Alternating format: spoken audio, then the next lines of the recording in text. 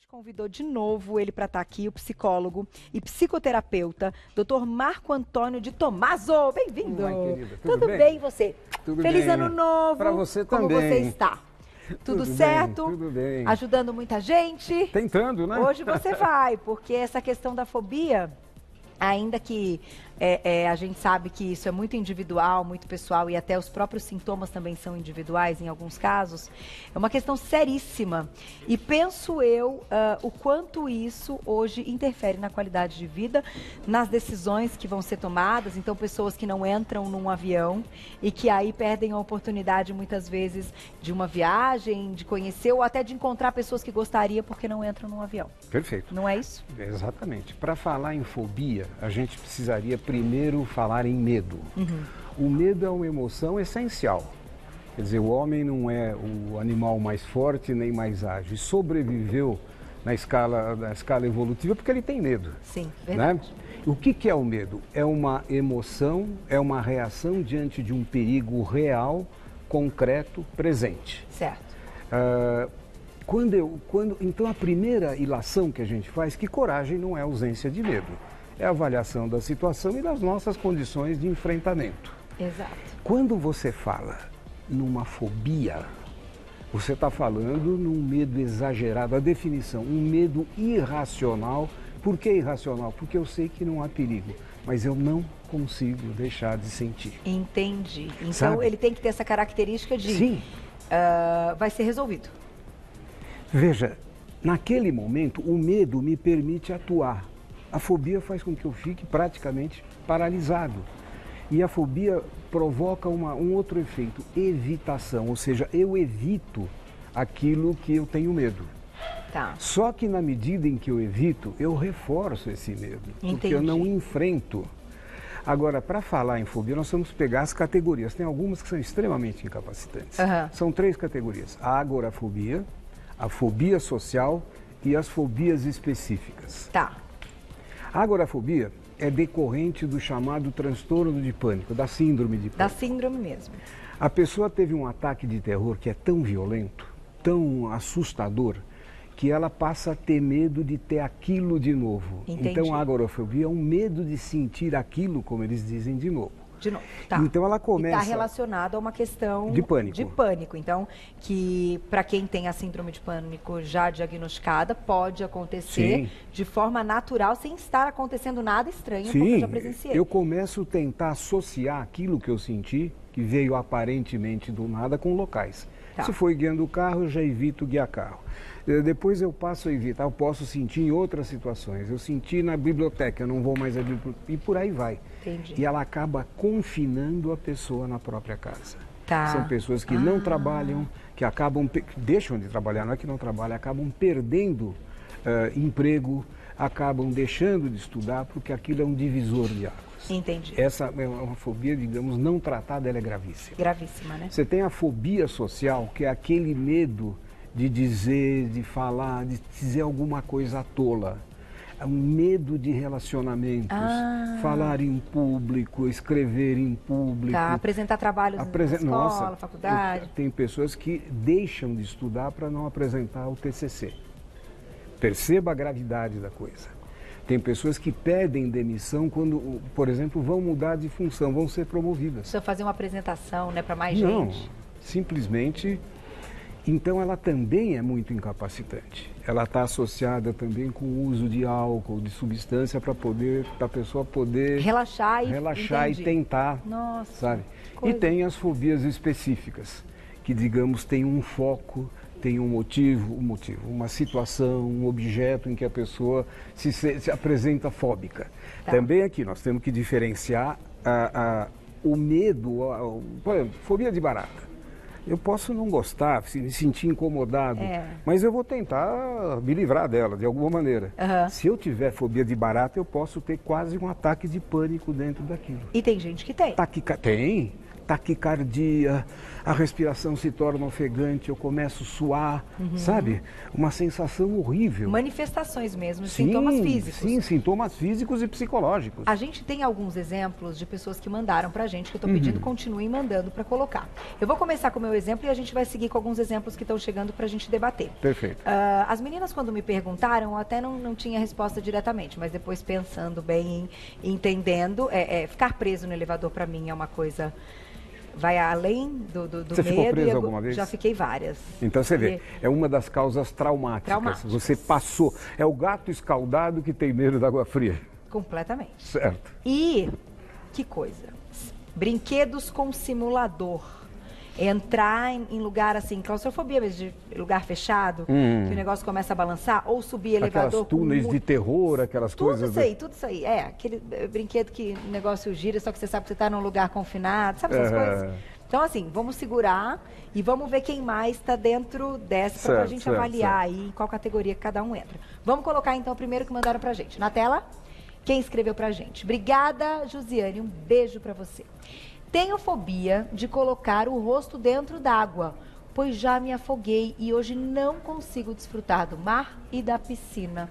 O que fazer? Olha que interessante. Você veja, ela cita uma situação traumática. Ela passou por um evento traumático em que ela praticamente se sentiu a vida ameaçada. Sim. Então aí ela ela desenvolveu uma fobia de água. Tem nome para tudo isso, mas a gente é tanta fobia que... Veja, o tratamento das fobias implica o quê? Na exposição gradual ao agente fóbico. Tá. Nem sempre isso é feito, a pessoa consegue fazer sozinha. Ela precisa muitas vezes do apoio de um especialista. É uma forma de terapia das fobias, a exposição gradual àquilo tudo. Tá. Certo? Você vê, então no caso dela, uma fobia traumática. Existem aquelas fobias que vêm lá do nosso ancestral evolutivo. A fobia de cobra.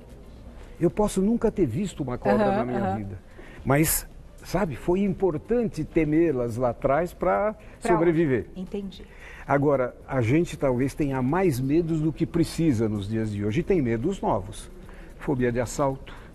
Fobia, enfim, coisas que não se pensava 50 anos atrás, hoje... Então faz parte da nossa realidade. Que coisa, isso é eu verdade. posso ter visto alguém, eu não preciso ter passado por isso, mas eu posso ter visto alguém ter passado por isso, me narrar, para que eu comece a ficar receoso. Vamos para a próxima então, vamos lá. Um monte de gente mandando, adorei. Vamos colocar aqui. Gisele, obrigada, um beijo. Eu tenho fobia de altura, mal posso subir algumas escadas em prédios, tenho muito frio na barriga, pânico e suo frio. Como posso lidar com isso? Veja bem, ela já define uma fobia autêntica. Repare os sintomas físicos que ela narra. Eu não sei como isso começou, mas ela tem que se expor gradualmente a uma altura que seja suportável. Tá. Sabe? Provavelmente com orientação psicológica, tudo isso. Porque a ansiedade funciona, pensa num U invertido. Ela sobe, chega num patamar e cai. Tá. Desde que eu fique na situação por um tempo razoável para isso acontecer. Ela se expondo numa altura, ainda que mobilize um pouco de ansiedade, conseguindo se habituar, depois ela poderá ir acrescentando um pouquinho mais. Entendi. Eu tenho uma cliente que deu um exemplo, embora muito engraçado nesse sentido. Ela falou, por exemplo, o camarada que ele trabalha no cinema projetando filmes de terror. No primeira exposição ele morre de medo, na segunda, na 28ª ele está comendo pipoca enquanto o Conde Drácula está aparecendo, dando susto e tal. Eu acho que essa questão é importante e a gente pode falar já também como hoje é o tratamento, né? Como a pessoa consegue lidar com aquilo, até em conversas com um especialista. E já você me responde se você acredita em algumas dessas questões de hipnose. Não a hipnose em si, mas um PNL, uma questão assim. Mas você já me responde. Segura. Vamos para a próxima, olha lá. Já a gente fala sobre isso, porque a gente vai procurar muitas vezes alguns tratamentos. Tereza, um beijo, obrigada. Tenho fobia de lugares fechados também. Ai, muito medo de ficar no elevador também. Minha cabeça parece explodir quando sinto a impressão que vai parar. O que posso fazer para enfrentar essa fobia? Tereza, vamos dar a mão, sair cantando, pulando, porque é mais ou menos isso que passa comigo também. Aí, para diagnosticar, é evidente, dos dados não são totalmente suficientes. Precisa ver se a Tereza passou por algum evento traumático, sabe? Ela teria que reviver isso e se expor também gradualmente a isso. Só que quando você fala de uma fobia de elevador, você não pode ficar no elevador o tempo todo, talvez acompanhada, um acompanhante terapêutico, mas principalmente, talvez existem até tratamentos em nível de imaginação. Tá. Eu crio aquela situação mental após o relaxamento e vou lidando com ela. Que é um PNL, mais ou menos, né? Não, eu não trabalho com PNL. Não, entendi. Eu gostaria de não entrar numa seara que não é a minha. Entendi. Mas veja bem... Criar a situação para a pessoa saber lidar, imaginar como... Sabe, uma situação, porque existem fobias que você pode se expor. Sim. Você tem o objeto fóbico e você tem a possibilidade de permanecer o tempo necessário ali. Vamos pegar fobia de metrô.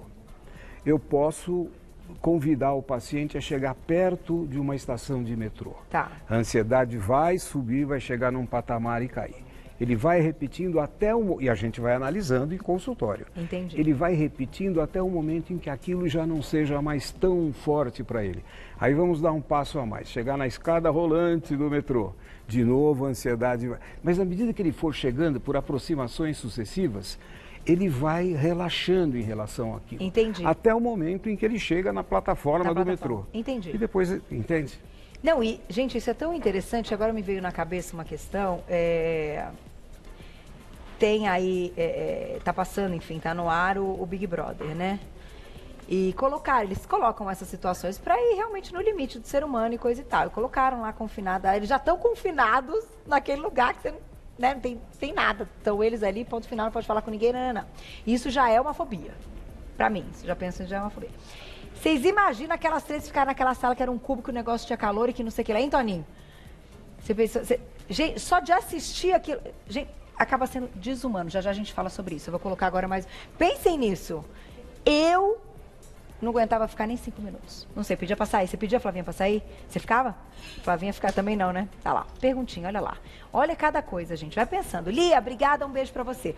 Qual o tratamento para quem tem fobia quanto a equipamentos para realização de exames? Meu marido necessita de anestesia para realizar exames. Também, imagina aquele que entra lá no tubo, que cobre até a cabeça, toma... Mas não... Deixamos então aí essa questão também para a realização de exames. Isso daí não é pouca gente que tem, não. Você tem, diretora? De entrar também tem, né? Eu também não consigo, não. Me botou num tubo, fechou o negócio, pagou a luz, ai, que negócio. Aí, gente, fica difícil, né? Só de falar, ó, já dá uma sensação ruim. Você veja, como são exames eventuais, muitas vezes a pessoa faz anestesiada. Como a odontofobia, medo de dentista. Quer dizer, primeiro, para você poder diagnosticar uma fobia desse tipo, você tem que ter todo um histórico da pessoa, ver quando começou, o que aconteceu, se houve um evento traumático, sabe? Se ela assistiu alguém narrando coisas do tipo. Fobia de sangue. A pessoa vai fazer um exame de sangue e desmaia. Desmaia. Meu marido tem, já desmaiou. Sabe? Quer dizer, então você tem uma série de coisas que você vai ter contato eventual. Tá. Mas precisa ver se não existem outras coisas associadas. Não é só uma fobia, se não tem um outro quadro clínico associado. Mas hoje como então é que você tem que ter um isso? Histórico, um diagnóstico para poder formular um prognóstico. Tá, então para cada um vai ser algo diferente. Sim, não é uma receita, faça isso. O princípio geral é a exposição gradual, Mas você tem N situações, porque tem fobia que não acaba mais. Tem fobias específicas de que você nunca ouviu falar, sabe? Gente, é uma coisa tão individual, porque às vezes a gente, por exemplo, quem tem X-fobia que você não tem, você acha que a pessoa tem muito mais coragem que você, e não é. Não. É uma questão individual Com certeza. De emoções, Você né? quer ver? Eu tratei um caso de fobia de deglutição. Uma menina que queria emagrecer e falaram para ela que comer algodão com água... Ah, mentira. Verdade. Ah. O dia que você quiser, faz uma... Não, pelo amor de Deus. Ela teve isso depois, quando ela passou mal, tudo isso, quando ela voltou a tentar se alimentar, ela entrou em pânico. Porque ela achava que ia ficar sufocada, porque... Sabe? Ai, aí a gente teve que fazer tudo, começar com líquido, conversar com a nutricionista, depois com papinha, tudo isso para dessensibilizá-la. Então você vê, as origens de algumas são... Puxa vida. Deixa eu colocar mais um depoimento na tela, vamos ver. Gente, não é fácil, hein? Yara, um beijo, obrigada. Tenho muito medo de morrer e deixar meus filhos sozinhos. Tinha até insônia e crises de ansiedade. Por esse motivo, exagero em cuidados médicos e vivo fazendo exames preventivos para tudo. Estou em tratamento. E Yara, um beijo. Dá até uma... vou dizer assim, uma questão de sensibilidade, assim, né? Algo que provoca alguma coisa quando a gente lê a mensagem, porque eu também sou mãe. E eu acho que, no fundo, toda mãe tem, como disse minha diretora, um pouco dessa sensação. É uma angústia, De né? novo, a diferença entre o normal e o patológico, muitas vezes, é o grau. É o grau. É a dose. É a dose. Quando a Yara fala nesses termos, a sensação, quando ela faz a descrição, embora não seja um diagnóstico, parece que não é exatamente uma fobia específica. Parece que ela tem alguma coisa mais ampla. Você vê, algo ligado à depressão, enfim. Ou então uma fobia de doença, alguma coisa nesse tipo. De doença da questão com ela, né? Dela ter algum diagnóstico. E evidentemente que o medo de morrer poderia ser uma consequência. Veja bem, condicional, não é um diagnóstico, apenas uma apreciação em cima de poucas linhas que ela escreve. Mas ela diz que está em tratamento. Perfeito. E é importante, né? E tem que procurar fundamental. ajuda. Porque a gente está, e aí até fazendo já caminhando para o nosso encerramento, tem jeito, né, gente? A gente está nessa vida aí para passar o que a gente tem que passar, não é? Perfeito. E que a forma como a gente amadurece e enxerga algumas situações que na primeira vez que a gente passou, a gente vai enxergar de uma forma e de repente se acontecer novamente a gente vai enxergar de outra, é uma questão muito particular, é muito individual. Eu acho que toda ajuda é necessária quando a gente está falando de algo sério e que pode, e vou dizer isso para você, Yara, isso que você sente, certamente os seus filhos já perceberam, não é? Sim. E o quanto isso também pode influenciar no seu cuidado como mãe. Digo isso porque eu também sou uma mãe um pouco preocupadinha demais. E eu tenho aprendido e tenho tentado encontrar situações para me ensinar. Entenda, as mães, os pais são modelo de comportamento para os filhos. Pois Eu posso transmitir uma fobia minha para os meus filhos. Sem dúvida. Então, Yara, um dia particular aí no inbox eu te conto essa história, mas tente que seja um incentivo para você ficar melhor, pensar que os seus filhos, você não quer que eles tenham também isso e passem por isso, né? Quem sabe isso é um incentivo. Para mim, isso é um grande incentivo a tentar, claro, ser preocupada, mas dentro da medida e do equilíbrio. Muito obrigada, viu? Obrigado, eu agradeço. Que pauta bacana para fazer a gente pensar, colocar a mão ali na consciência, né, Flavinha? Pautinha de Flavinha. Beijo, lindona.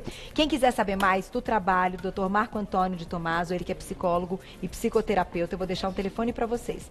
3887-9738. 3887-9738. Tem um site também, Tomaso com 2 M's e S.psc.br. tomaso.psc.br. Muito obrigada. Obrigado. Adorei. Você, volte viu? sempre, viu? Só você me chamar, eu venho. Sempre. A gente...